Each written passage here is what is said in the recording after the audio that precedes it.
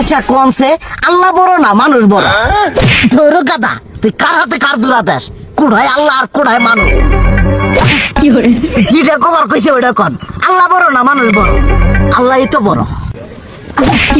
আল্লাহ বড়, তাহলে আল্লাহর কথা না হইনা মানুষের কথা শুনেন কে? তুই কি কইতাছস? কি আর আল্লাহর কথা মানে না মানুষের কথা মানে? হ্যাঁ, কি আর মানুষের কথা শুনেন তাই না? আমনে যে ওই দিনকে ডায়াবেটিসের রোগ নিয়ে যে হাসপাতালে গেলেন, ডাক্তার আপনার কত কিছু খাবার না করলো, সব কিছু না খাই এখন চলতেছেন। তাহলে আল্লাহ যে আপনারে কইছে যে হারাম খাবার না, সুদ খাবার না, কই আপনি তো কাম কাজ বাদ দিয়ে এলাকার মধ্যে টাকা পয়সা না গায়ে খালি ওইলে দিয়েই খান, নিজেরা টিয়াও হালাল ভাবে কামাই করেন না, ওই সুদ তো না কয়টা টিয়া করে লাভ আহে ওইলে দিয়ে দিয়ে চলেন আর পেট বড় বানাইছেন। শুনেন একটা কথা কই, হারামের কোনোদিন আরাম নাই।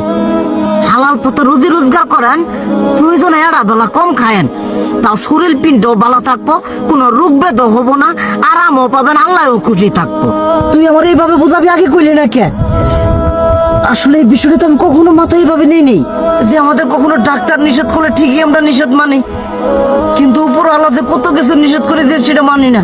আর এই যে হারাম পথে টিয়া পয়সা কামাই করতেছেন, শরীরের মধ্যে দুনিয়া রোগ বেত হয়েছে, দেখা যাইতেছে যা টিয়া হারাম পথে কামাই করতেছেন তার তো বেশি টিয়া মনে করেন জ্বলেই যাইতেছে গা বেশি। আজকের পর থেকে আমি আর এই হারাম সুদ খামো না, আমি হালাল পথে চলবো, হালাল টাকা পয়সা ইনকাম করবো। এতে করে যদি একবেলা কমও খাইতে হয় তবুও খামো, তবু আমি আর এই হারাম পথে চলবো না। আচ্ছা ঠিক আছে।